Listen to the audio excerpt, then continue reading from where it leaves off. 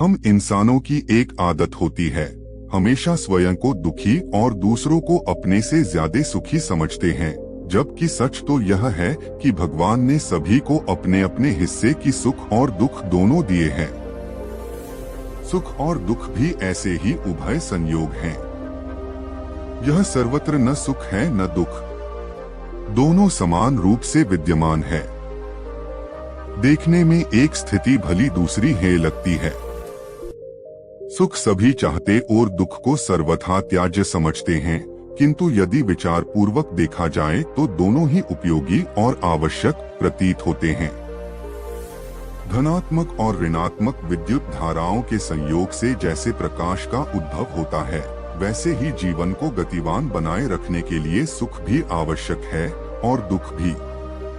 बात उन दिनों की है जब महात्मा बुद्ध विश्व में भ्रमण करते हुए लोगों को ज्ञान बांटा करते थे और बौद्ध धर्म का प्रचार किया करते थे। एक बार महात्मा बुद्ध अपने शिष्यों के साथ एक वृक्ष नीचे ध्यान मुद्रा में बैठे थे। अचानक एक बूढ़ी औरत वहां रोती बिलखती हुई आई और गौतम बुद्ध के चरणों में गिर पड़ी और बोली, महात्मा जी, मैं दुनिया की सबसे दुखी औरत हूँ, मैं अपने जीवन से बहुत परेशान हूँ। महात्मा बुद्ध बोले, क्या हुआ, आप क्यों दुखी हैं? बूढ़ी औरत बोली, बुद्ध, मेरा एक ही पुत्र था जो मेरे बुढ़ापे का एकमात्र सहारा था। कल रात तीव्र बुखार से उसकी मृत्यु हो गई। उसके बाद मेरे ऊपर जैसे दुखों का पहाड़ टूट पड़ा है। मैं बहुत दुखी हूँ, ईश्वर ने मेरे साथ ऐसा क्यों किया? अब मैं किसके सहारे जीऊंगी? महात्मा बुद्ध बोले, हे माता, मैं आपके दुख को समझ सकता हूँ। पहले आप मुझे किसी ऐसे घर से एक मुट्ठी चावल लाकर दें जिस घर में कभी किसी की मृत्यु ना हुई हो, फिर मैं आपकी समस्या का हल बताऊंगा। औरत धीमे कदमों से गांव की ओर चल पड़ी। पूरे दिन वो इधर से उधर सभी लोगों के घर में भटकती रही, लेकिन उसे कहीं ऐसा घर नहीं मिला जहां कभी किसी की मृत्यु ना हुई हो और जहां कोई दुख ना हो। हर कोई अपने दुखों से परेशान था, सबके पास अपनी एक अलग समस्या थी। शाम को वह औरत फिर से महात्मा बुद्ध के पास पहुंची। औरत को खाली हाथ लौटा देखकर बुद्ध ने कहा, हे माता, क्या हुआ, आप खाली हाथ क्यों लौटी हैं? बूढ़ी औरत बोली, महात्मा जी, मैं पूरे गांव में घूम आई, लेकिन मुझे एक भी घर ऐसा नहीं मिला जहां कभी किसी की मृत्यु ना हुई हो। सभी लोगों के पास अपना अलग दुख था। गौतम बुद्ध बोले, माता जी, यही बात मैं आपको बताना चाहता था कि इस दुनिया में हर कोई दुखी है, सबके पास दुख का एक अलग कारण है। आप ये मत सोचिए कि भगवान ने आपके साथ कुछ गलत किया है। जब तक जीवन है सुख दुख चलता ही रहेगा।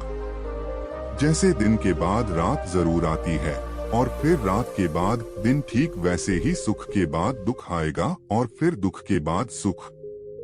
सुख और दुख जीवन के महत्वपूर्ण अंग हैं। केवल वही इंसान दुख से बच सकता है जिसे सुख की चाह ना हो। दोस्तों, महात्मा बुद्ध का ये प्रेरक कहानी दिल में एक गहरी छाप छोड़ती है। जब भी आप दुखी हो तो ये कभी ना सोचें कि भगवान ने मेरे साथ ऐसा क्यों किया, क्योंकि शायद आप नहीं जानते कि इस दुनिया में आपसे भी ज्यादा दुखी लोग हैं। आपकी समस्याओं से भी बड़ी समस्या लोगों के पास है। दुख तो जीवन का एक हिस्सा है, आप उनको छोड़ ही नहीं सकते। तो किसी भी समस्या से डरे नहीं, घबराएं नहीं। अंधेरी रात के बाद सूर्योदय जरूर होता है, ये प्रकृति का नियम है। आपके भी दुख एक दिन खत्म हो जाएंगे और फिर से सुखमय मुस्कुराता सूर्योदय होगा। बस हंस कर जिए, मुस्कुरा कर जिए और खुशियां बांटते चलें। दुखी सब हैं। कुछ दुखी हैं, कुछ दुखी होने की प्रक्रिया में हैं। उस प्रक्रिया का नाम क्या होता है? सुख। सुख क्या है? दुख के निर्माण की प्रक्रिया का नाम सुख है। ठीक, हमने इस बात को भी कई बार कहा है कि सुख और दुख दो अलग अलग शब्द निर्मित करना भाषा की बड़ी त्रुटि है। एक शब्द होना चाहिए। क्या? सुख दुख, दुख सुख। तो दुख तो सभी पाते हैं, सुख दुख तो सभी पाते हैं, बस कारण नहीं जान पाते हैं। तुम सुख दुख पाते नहीं हो, तुम सुख दुख हो। आपका धन्यवाद।